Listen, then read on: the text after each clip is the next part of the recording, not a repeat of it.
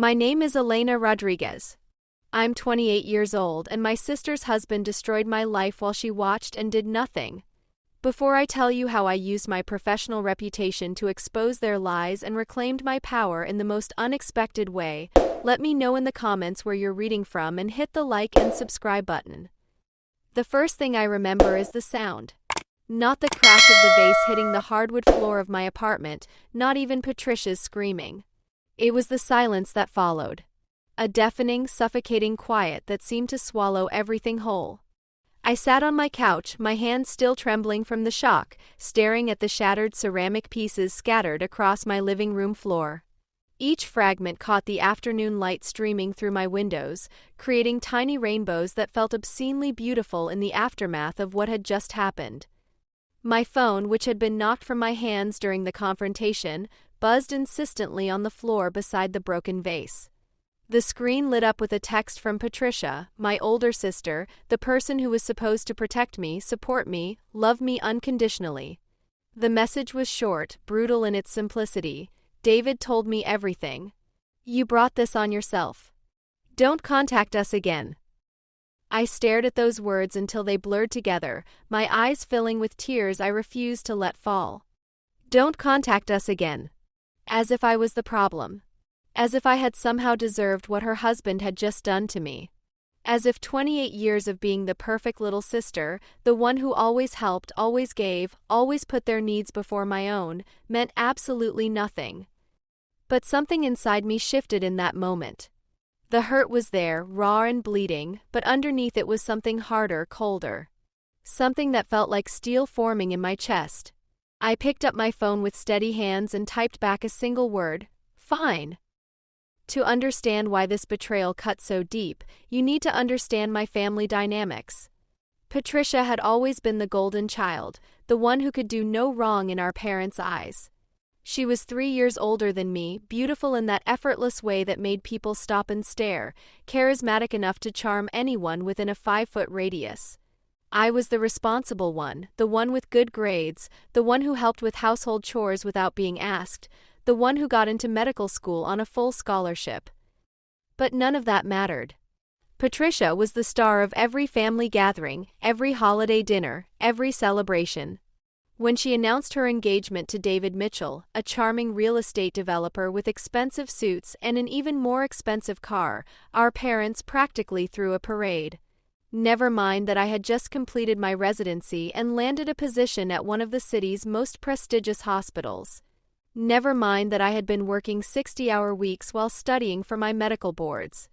Patricia's engagement was the only news that mattered. I remember the engagement party like it was yesterday. Our parents rented out the back room of an upscale restaurant, invited everyone they knew, and spent the entire evening gushing about what a perfect couple Patricia and David made. My mother kept pulling people aside to show them photos of David's house, his car, his boat. My daughter really landed a catch, she would say, beaming with pride.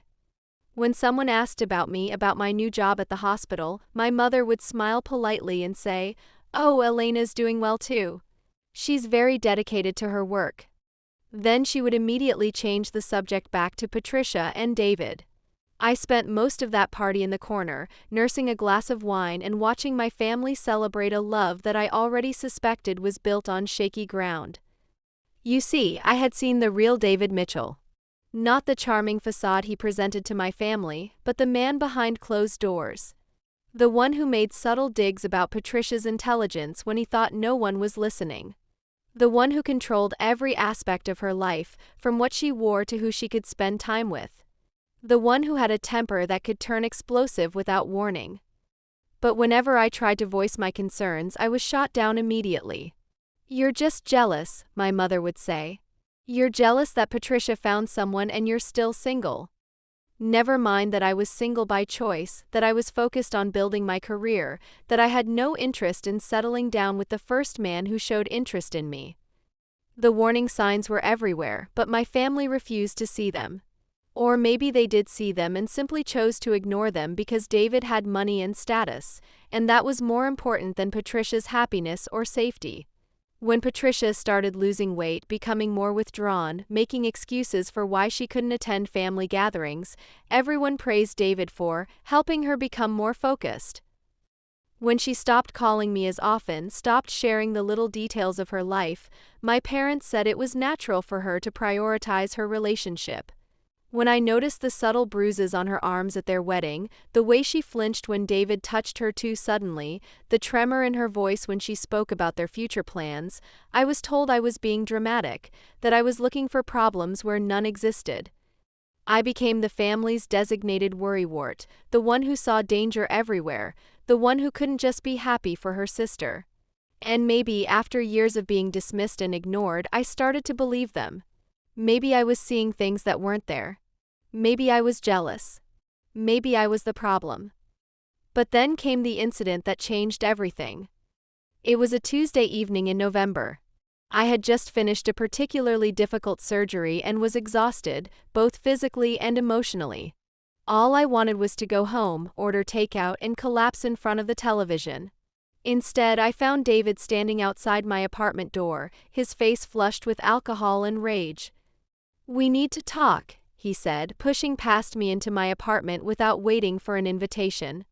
The smell of whiskey hit me like a physical blow, making my stomach turn.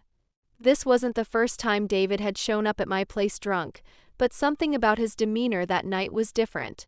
More aggressive. More dangerous. "David, you shouldn't be here," I said, trying to keep my voice calm and professional. "If you and Patricia are having problems, you should talk to her, not me. Or maybe consider couples counseling." He laughed, but there was no humor in it. It was a harsh, bitter sound that made the hair on my arms stand up. "Couples counseling? You think this is about Patricia? You really don't get it, do you, Elena?" I backed toward the kitchen, putting some distance between us, my medical training kicking in. Always have an escape route. Always trust your instincts. And my instincts were screaming that I was in danger. "Get what?" I asked, reaching for my phone. If I could call Patricia, maybe she could talk some sense into him, get him to leave. "You think you're so much better than everyone else," he continued, following me into the kitchen. "With your fancy medical degree and your big important job. You think you're smarter than me, don't you? You think I don't know what you've been saying about me behind my back." "David, I've never said anything about you. I don't know what you're talking about." But even as I said it, I knew it wasn't entirely true. I had expressed my concerns to Patricia, privately, carefully. I had suggested that maybe David's behavior wasn't entirely healthy, that maybe she deserved better. Had she told him? Had she twisted my words of concern into something malicious? "Patricia told me everything," he said, confirming my fears. "How you've been trying to poison her against me from the beginning. How you've been filling her head with lies, trying to convince her that I'm some kind of monster. Well, I'm done pretending to play nice with you." Before I could react, he grabbed the expensive crystal vase that Patricia had given me for my birthday, a peace offering after one of our many arguments about David, and hurled it against the wall. The sound of it shattering was like an explosion in my small apartment, crystal fragments flying everywhere. "David, stop!" I shouted, but he was beyond reasoning. Years of resentment, fueled by alcohol and whatever poison Patricia had whispered in his ear, came pouring out. "You want to know what I really think of you, Elena? You're pathetic. You're a lonely, bitter woman who can't stand to see anyone else happy. You hide behind your medical degree like it makes you special, but we all know the truth. You're jealous that Patricia found someone who actually wants her, while you'll die alone with your precious career." Each word was like a physical blow designed to hurt, to destroy. But what happened next was worse than any insult he could have thrown at me. As I stood there, surrounded by the wreckage of my apartment and his verbal assault, David's expression suddenly changed. The rage melted away, replaced by something calculating, predatory. He stepped closer, backing me against the kitchen counter. "You know," he said, his voice dropping to a whisper that made my skin crawl, "maybe if you were nicer to me, we could work something out. I could put in a good word for you with Patricia. Help repair your relationship with your family." The implication was clear, and it made me feel sick. This man, my sister's husband, was propositioning me in my own home after destroying my property and verbally abusing me. And somehow I knew that if I reported this, if I told anyone what had really happened, it would be his word against mine. The successful businessman versus the allegedly jealous sister. "Get out," I said, my voice barely above a whisper but filled with every ounce of authority I had learned to project in the emergency room. "Get out of my apartment right now, or I'm calling the police." He laughed again, but he backed away. "Go ahead. Call them.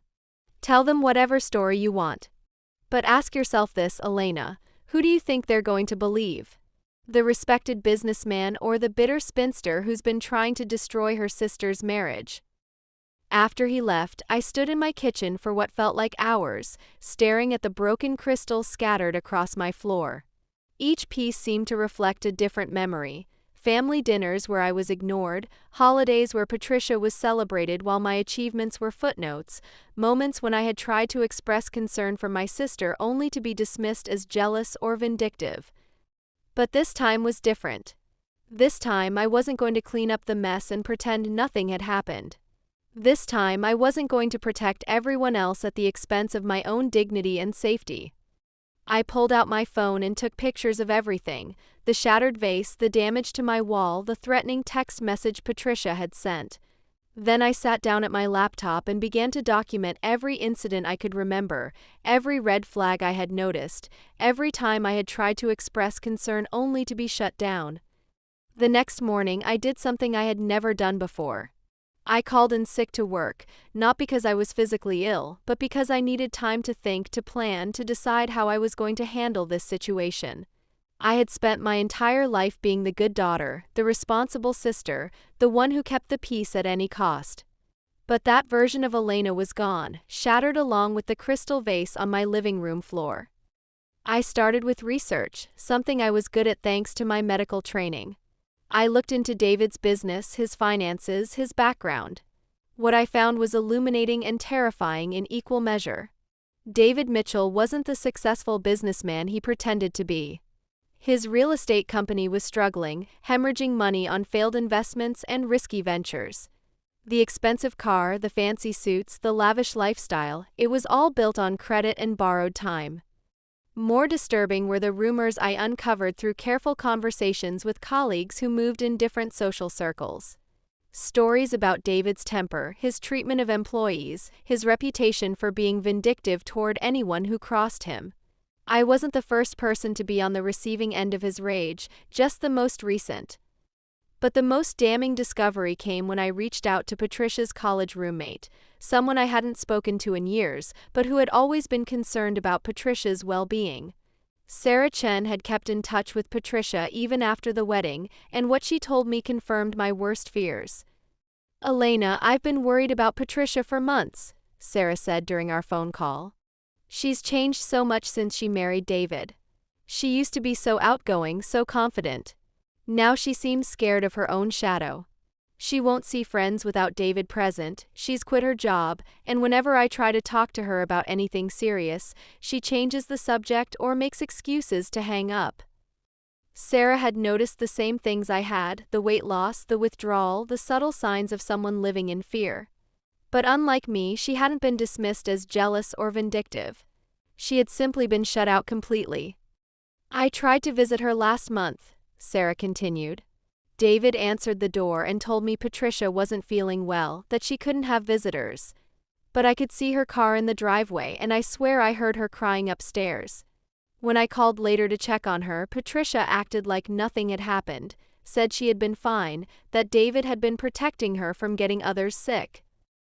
The picture that emerged from these conversations was of a woman trapped in an increasingly controlling and potentially abusive relationship, cut off from her support system and manipulated into believing that anyone who expressed concern was the enemy. I realized that my attempts to help Patricia had been twisted and weaponized against both of us, used to justify David's increasing isolation of his wife. But knowing the truth and proving it were two different things entirely. David was smart, careful, and had spent years building a network of people who saw only his charming public persona. Patricia, whether through fear, manipulation, or genuine belief, had become his unwitting accomplice in maintaining that facade. I needed a strategy, something more sophisticated than simply trying to convince my family that David was dangerous. They had already chosen sides, and I wasn't on the winning team. I needed leverage, something that would force the truth into the light whether they wanted to see it or not. The answer came to me during a consultation with a domestic violence counselor, someone I reached out to not as a victim, but as a concerned family member trying to understand the dynamics at play. Dr. Jennifer Walsh had 20 years of experience working with abuse survivors and their families, and her insights were both heartbreaking and illuminating. "What you're describing is classic isolation behavior," she explained during our meeting. "The abuser systematically removes the victim's support system by turning them against each other. He's convinced your sister that you're the enemy, and he's convinced your family that you're jealous and vindictive. Meanwhile, he's the hero, protecting his wife from her toxic sister." "But how do I break through that?" I asked. "How do I help someone who doesn't want to be helped, who's been convinced that I'm the problem?" Dr. Walsh leaned back in her chair, considering her words carefully. "Sometimes the only way to help someone in this situation is to remove the abuser's power over the narrative. As long as he can control the story, control what people see and believe, he can continue the abuse indefinitely. You need to find a way to expose the truth that can't be dismissed or explained away." Her words stuck with me as I drove home that evening. Remove the abuser's power over the narrative. But how could I do that when everyone already believed his version of events? The answer came to me 3 days later in the most unexpected way possible. But first, let me tell you about the weeks that followed my meeting with Dr. Walsh. Those were some of the darkest days of my professional and personal life. The weight of knowing what was happening to Patricia, combined with my complete inability to help her, was crushing me in ways I hadn't anticipated. At work, my colleagues began to notice changes in my behavior. Dr. Sarah Kim, one of my closest friends at the hospital, pulled me aside after a particularly difficult shift where I had been short with patients and distracted during procedures. "Elena, what's going on with you?" she asked, her voice filled with genuine concern. "You've been off your game for weeks now. Is everything okay at home?" I wanted to tell her everything about David's visit, about my suspicions regarding Patricia, about the impossible position I found myself in. But how could I explain that my sister was likely being abused by her husband, and that our entire family had chosen his side over mine? How could I admit that I felt completely powerless to help the person I loved most in the world? Instead, I gave her the same generic response I had been giving everyone who asked. "I'm fine. Just dealing with some family stuff. Nothing I can't handle." But I wasn't handling it. I was drowning in it. The sleepless nights were the worst. I would lie in bed, staring at the ceiling, playing out scenario after scenario in my mind. What if I called the police with my suspicions? They would need evidence, and Patricia would just deny everything. What if I showed up at their house unannounced? David would never let me see Patricia alone, and my presence would probably make things worse for her afterward. I started researching domestic violence statistics obsessively, learning about the cycle of abuse, the psychological manipulation tactics, the average number of times a victim tries to leave before succeeding. The numbers were staggering and terrifying. On average, it takes a victim 7 attempts to permanently leave an abusive relationship. 75% of domestic violence homicides occur when the victim is attempting to leave or has just left. These statistics haunted me. Every day that passed without hearing from Patricia felt like a countdown to disaster. I found myself checking the local news obsessively, terrified that I would see her name in a story that began with "Local woman found dead." My work began to suffer in ways that went beyond simple distraction.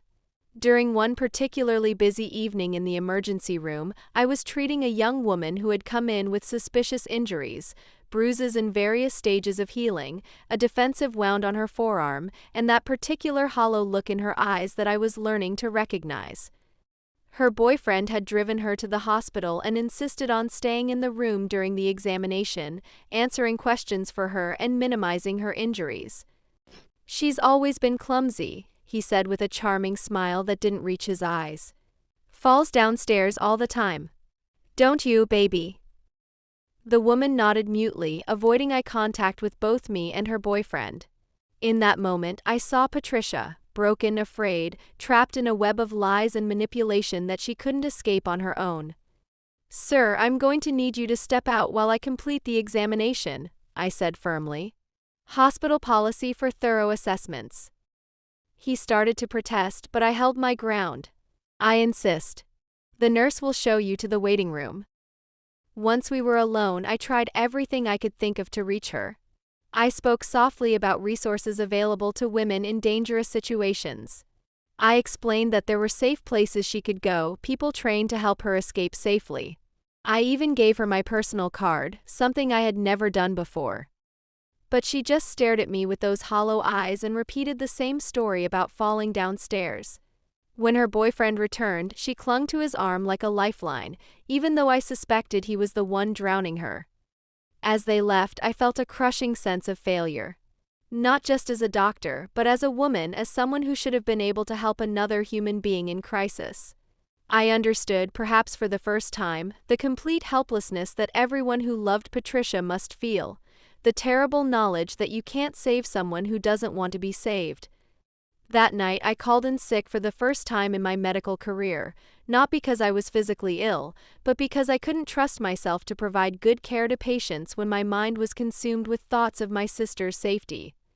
I spent the day in my apartment, surrounded by printouts of domestic violence resources, legal advice websites, and research papers on family intervention strategies. I called the domestic violence hotline 3 times, not as a victim but as a concerned family member, seeking guidance on how to help someone who was being abused but wouldn't admit it. The counselors were kind and knowledgeable, but their advice was frustratingly consistent. You can't force someone to leave an abusive relationship. You can only be there when they're ready to accept help, and you have to take care of yourself in the meantime. Take care of yourself. The words felt like a mockery. How was I supposed to take care of myself when my sister was in danger? How was I supposed to live a normal life knowing that every day might be the day David's violence escalated beyond repair? It was during one of these dark days that I made a decision that would change everything, though I didn't realize it at the time. I decided to reach out to every person who might have information about David, not just to gather evidence, but to build a network of people who knew the truth about who he really was. I started with his business associates, approaching them carefully during medical conferences and social events where our professional circles intersected. Dr. Robert Chen, whose wife worked in real estate, mentioned that David had a reputation for being difficult to work with, and that several of his female employees had quit abruptly over the years. I don't like to speak ill of people, Dr. Chen said carefully, but my wife says there are rumors about inappropriate behavior. Nothing proven, you understand, but enough smoke to suggest there might be fire. I pressed him gently for more details, and he reluctantly shared that David's company had faced several sexual harassment complaints that had been quietly settled out of court. The pattern was always the same. Young, vulnerable women would be hired, subjected to increasingly inappropriate behavior, and then either quit in despair or be forced out if they tried to complain. This information led me to Amanda Foster, a former employee of David's who had left his company 6 months earlier. Amanda was initially reluctant to speak with me, but when I explained my connection to David and my concerns about Patricia, she opened up about her experiences. "Your sister seems like a nice woman," Amanda said during our coffee meeting. "I met her a few times at company events. But Elena, you have to understand, David is dangerous. Not just to his employees, but to anyone who gets too close to him."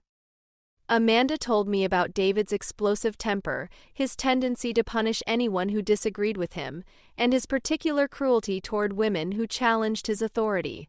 She described an office environment where fear was the primary motivator, where employees walked on eggshells and covered for each other's mistakes to avoid David's wrath.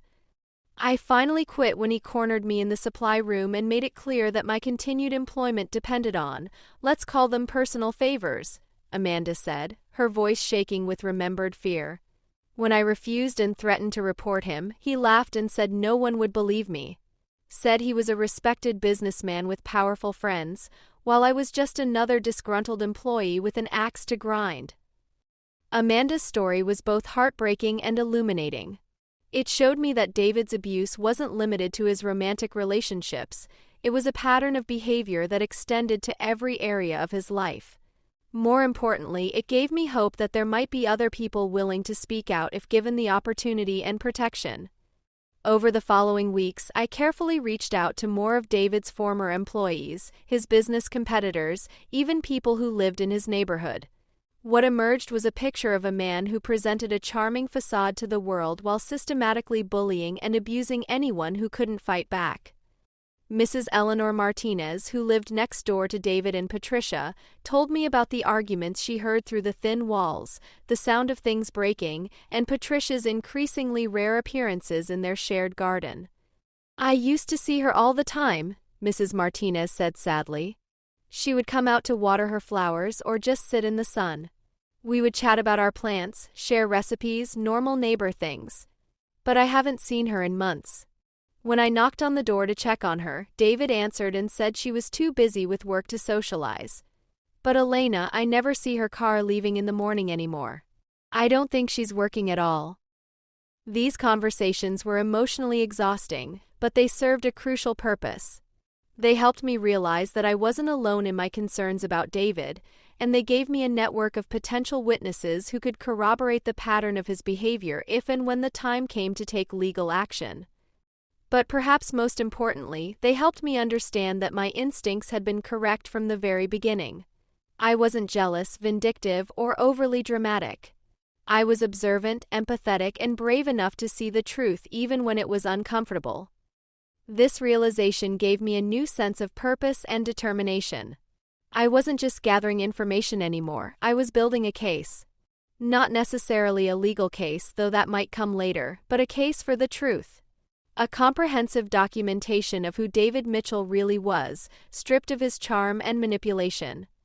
I created detailed files on everything I learned, organized by category and cross-referenced for easy access. I documented dates, times, witnesses, and evidence. I treated it like a medical case study, applying the same rigorous standards of evidence and documentation that I used in my professional work. The process was therapeutic in an unexpected way. For the first time since this nightmare began, I felt like I was doing something constructive, something that might actually help Patricia when she was ready to accept help.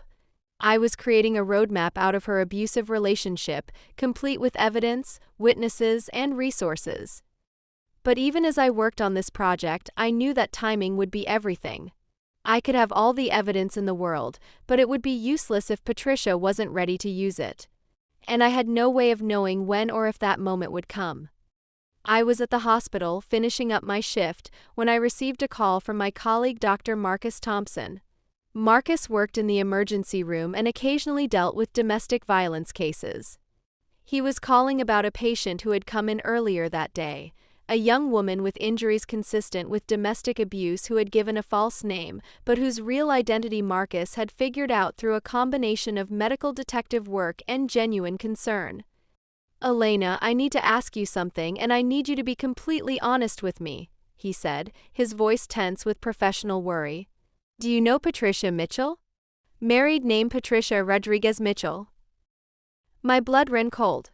"She's my sister." "Why?" "She was here earlier today. Broken ribs, extensive bruising, signs of strangulation. She gave us a fake name and a story about falling downstairs, but Elena, these weren't injuries from a fall. Someone hurt her badly." I closed my eyes, leaning against the wall of the hospital corridor. Everything I had feared, everything I had tried to warn people about, was coming true. And I hadn't been able to protect her. "Where is she now?" I asked. "That's the problem. She left against medical advice before we could complete the evaluation. Refused to file a police report, refused to speak to social services. She just disappeared." I knew where she had gone. Back home, back to David, back to the man who had put her in the hospital in the first place. And now she would have to face his anger about the hospital visit, his rage that she had sought medical attention, his paranoia that she might have told someone the truth. That night, I made a decision that would change everything. I couldn't save Patricia from herself, couldn't force her to see the truth or leave David.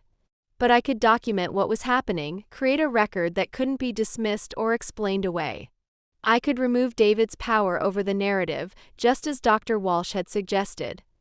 I started by filing a formal report with the police about David's visit to my apartment, providing the photos of the damage, the threatening text message, and my detailed account of his behavior. The responding officer was professional but clearly skeptical.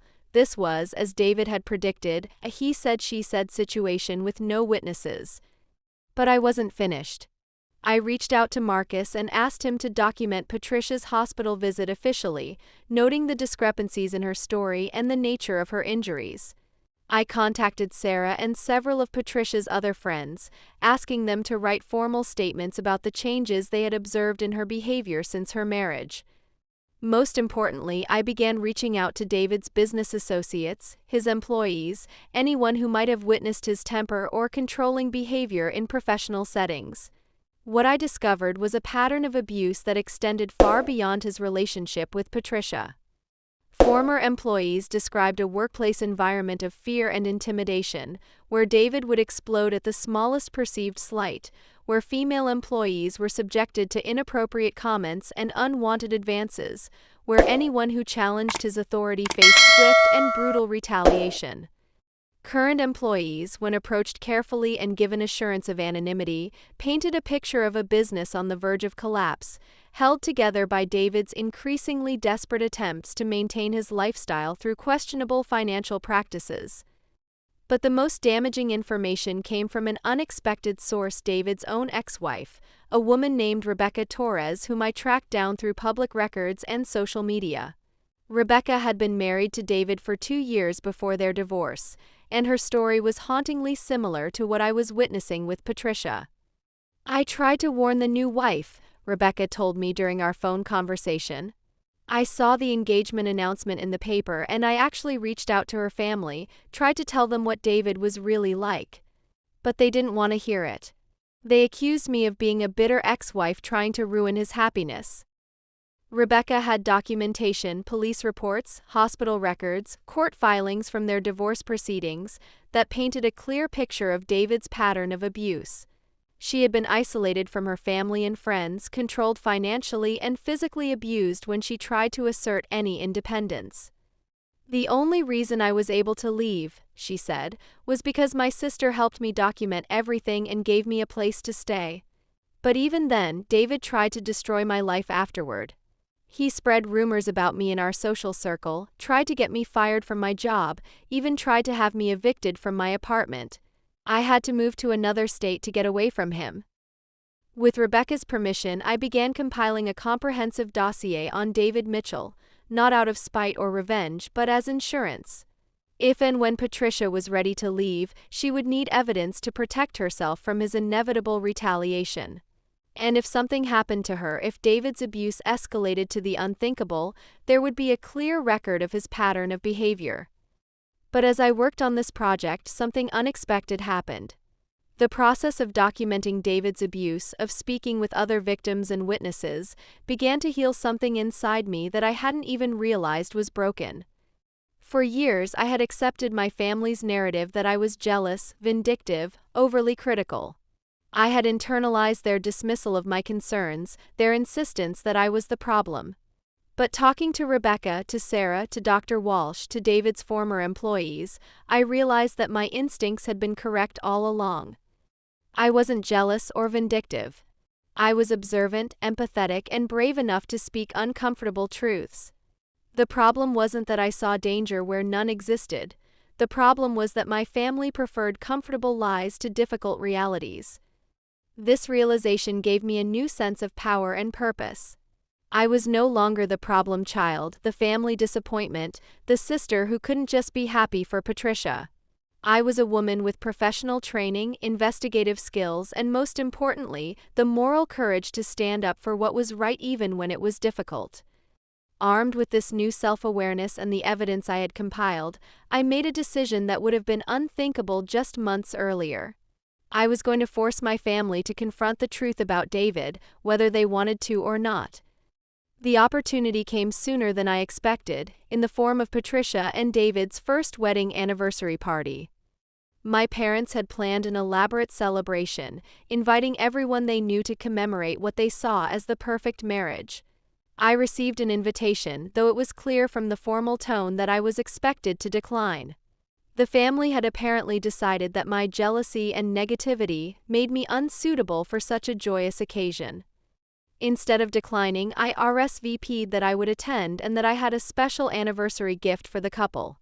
My mother called immediately, her voice tight with anxiety. "Elena, I don't think that's a good idea," she said.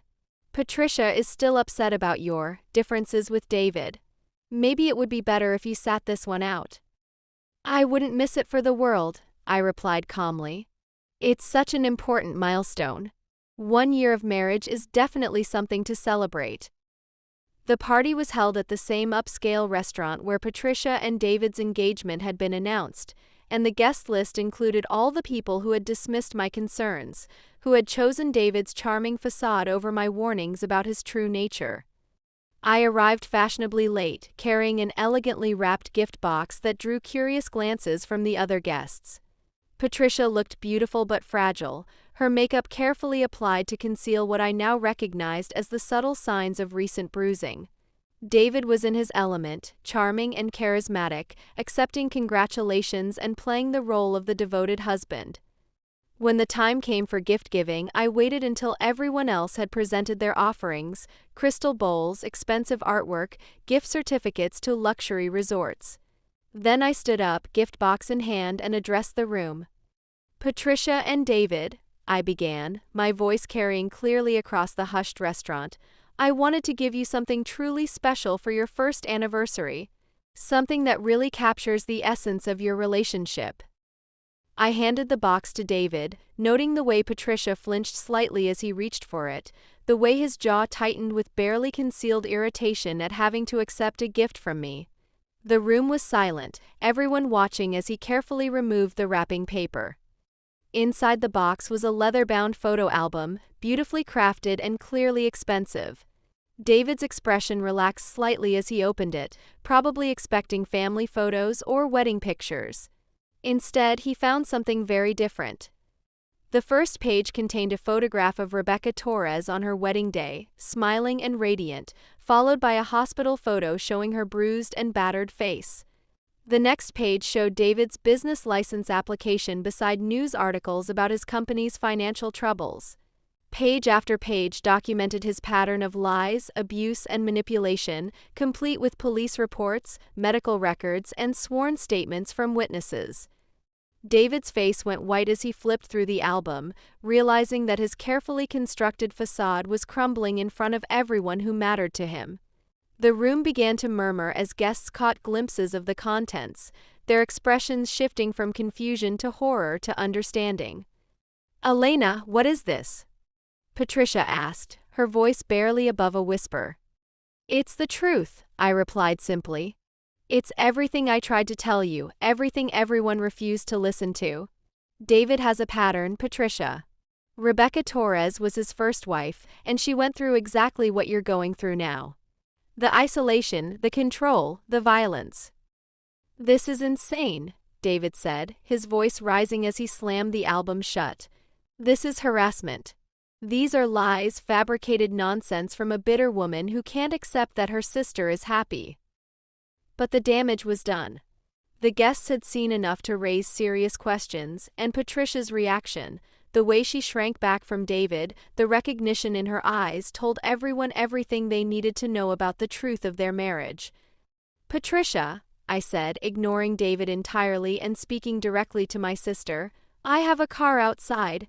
If you want to leave, if you want to get help, I can take you somewhere safe right now." For a moment, I thought she might take my hand, might finally accept the help I had been trying to offer for so long. But then David's hand clamped down on her arm, not gently, not lovingly, but with the grip of ownership, and the moment passed.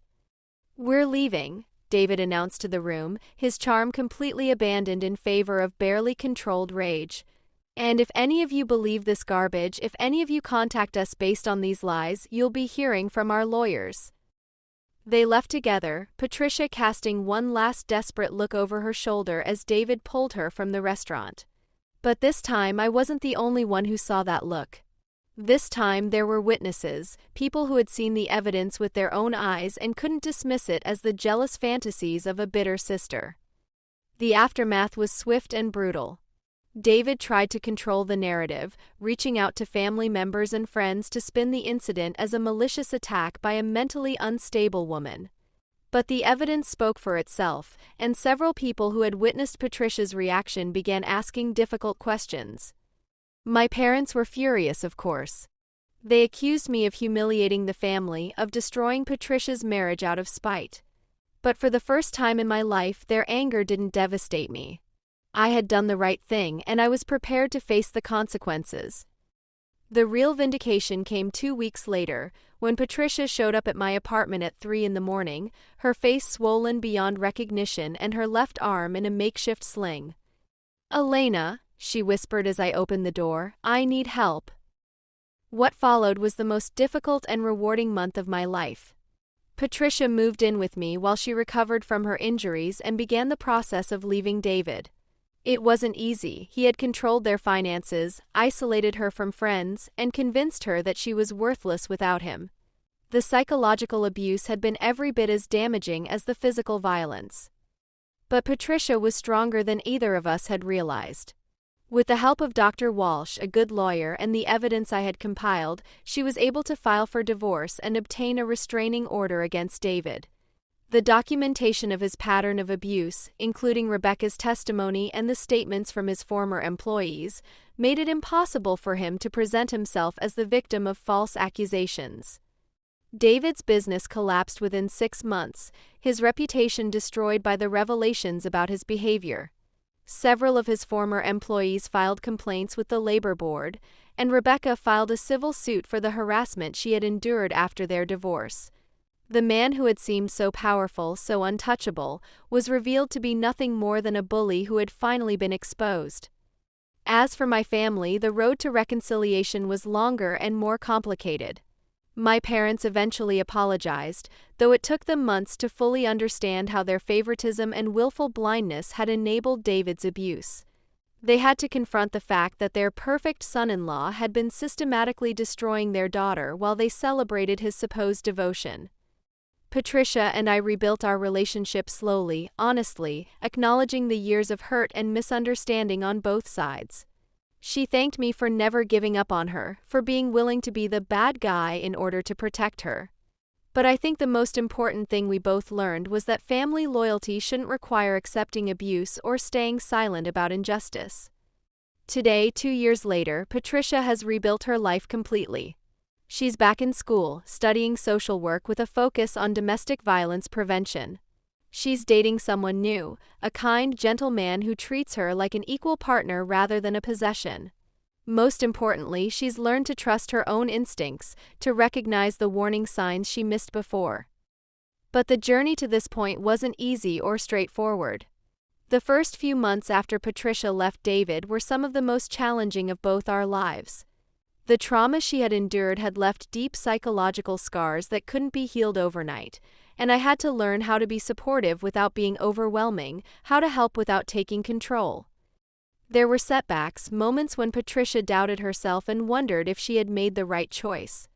David didn't give up easily. He tried everything from romantic gestures to legal threats to emotional manipulation. He sent flowers to my apartment with cards begging for forgiveness. He hired a private investigator to follow Patricia, claiming he was worried about her mental state. He even convinced a mutual friend to intervene, painting himself as a man who had made mistakes but was committed to changing. The hardest moment came about 3 months after Patricia had moved in with me. I came home from work one evening to find her packing her belongings, tears streaming down her face. "I can't do this anymore, Elena," she said, her voice breaking. Maybe David was right. Maybe I am crazy. Maybe I imagined how bad things were. He says he's been going to therapy, that he's changed. He says he loves me and wants to make our marriage work. I felt my heart break for her in that moment. This is what abusers do. They make their victims doubt their own reality, question their own memories, feel guilty for seeking help. I knew that if Patricia went back to David now, she might never get another chance to leave. "Patricia," I said gently, sitting down beside her on my guest room bed, "do you remember what you told me the night you came here? Do you remember what you said about how you felt when you were living with David?" She nodded, wiping her eyes. "I said I felt like I was disappearing. Like I wasn't a real person anymore, just an extension of his will." "And how do you feel now? Here, with me, making your own choices?" She was quiet for a long moment, considering the question. "Scared," she said finally, "but free. For the first time in years, I feel like myself again. I can choose what to eat for breakfast without wondering if it will set him off. I can watch whatever TV show I want without having to justify it. I can go to bed when I'm tired instead of staying up to manage his moods." "Those feelings were real, Patricia. Your experience was real. David is very good at making people doubt themselves, but that doesn't mean your memories are false or that your fear was unjustified." I showed her some of the documentation I had compiled, not all of it, because I didn't want to overwhelm her, but enough to remind her that she wasn't alone in recognizing David's true nature. We read through Amanda's statement together and Rebecca's account of her own marriage to David. We looked at the police reports and medical records that painted a clear picture of escalating abuse. "I'm not trying to make your decision for you," I told her. "If you really believe David has changed, if you really want to give him another chance, I'll support you. But I want you to make that choice based on facts, not on fear or guilt or manipulation." Patricia didn't go back to David that night. Instead, she called Dr. Walsh and scheduled an emergency therapy session. It was the beginning of a long process of healing and self-discovery that would take many months and require tremendous courage on Patricia's part. Dr. Walsh helped Patricia understand the psychological effects of abuse, the way that constant manipulation can distort a person's perception of reality. She learned about trauma bonding, the complex mix of fear and attachment that keeps victims tied to their abusers. She practiced setting boundaries, recognizing manipulation tactics, and trusting her own instincts. I learned a lot too during this process. I learned about secondary trauma, the way that witnessing abuse can affect the people who care about the victim. I learned about the delicate balance between offering support and allowing space for healing. I learned that recovery from abuse is not a linear process, and that setbacks don't mean failure. Most importantly, I learned to forgive myself for the years when I couldn't protect Patricia, when my attempts to help were clumsy or counterproductive. I had always been the big sister who wanted to fix everything, but I had to learn that some things can't be fixed by another person. They have to be healed from within. The legal process was another challenge entirely. David had good lawyers and plenty of money to spend on defending himself. He filed countersuits, claiming that Patricia's accusations were part of a malicious campaign to destroy his reputation and steal his assets. He portrayed himself as the victim of a vindictive ex-wife and her jealous sister. But the evidence we had compiled proved crucial. Rebecca's testimony about her own experience with David established a pattern of behavior that couldn't be dismissed as a one-time mistake. The statements from his former employees showed that his abusive behavior extended beyond his personal relationships. The medical records from Patricia's hospital visit provided concrete proof of injury. Perhaps most importantly, we had Dr. Marcus's official documentation of Patricia's condition when she was brought to the emergency room. His medical opinion, combined with the photographs and sworn statements, made it impossible for David's lawyers to claim that Patricia's injuries were accidental or self-inflicted. The divorce took 8 months to finalize, and it was messy and traumatic for everyone involved. David tried every manipulation tactic in the book: love bombing, threats, guilt trips, financial pressure. He convinced some of their mutual friends that Patricia was having a mental breakdown and that I was controlling her decisions. But Patricia had found her voice again, and she used it. In court, she testified calmly and clearly about the abuse she had endured, providing specific dates, incidents, and details that no one could dismiss as fantasy or exaggeration. She had learned to trust her own memories, to value her own experience, to believe that her pain mattered. The judge was clearly moved by her testimony and disturbed by the evidence of David's pattern of abuse.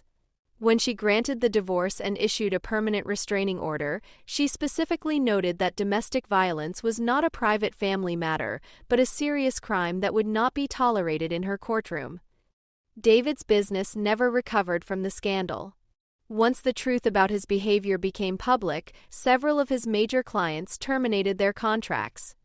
Former employees felt emboldened to speak out about their experiences, and the company faced multiple lawsuits for sexual harassment and workplace abuse.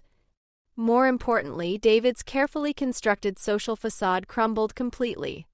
The charm and charisma that had fooled so many people for so long were revealed to be nothing more than manipulation tactics. People who had defended him, who had believed his version of events, were forced to confront the uncomfortable truth about their own complicity in his abuse. My parents struggled the most with this reckoning. They had invested so much in the narrative of David as the perfect son-in-law that accepting the truth meant acknowledging their own failure to protect Patricia. My mother, in particular, went through a period of intense guilt and self-recrimination. How did I not see it? She asked me one evening, months after the divorce was finalized. How did I choose him over my own daughter? How did I dismiss your concerns when you were trying to protect her? It was a difficult conversation, but a necessary one.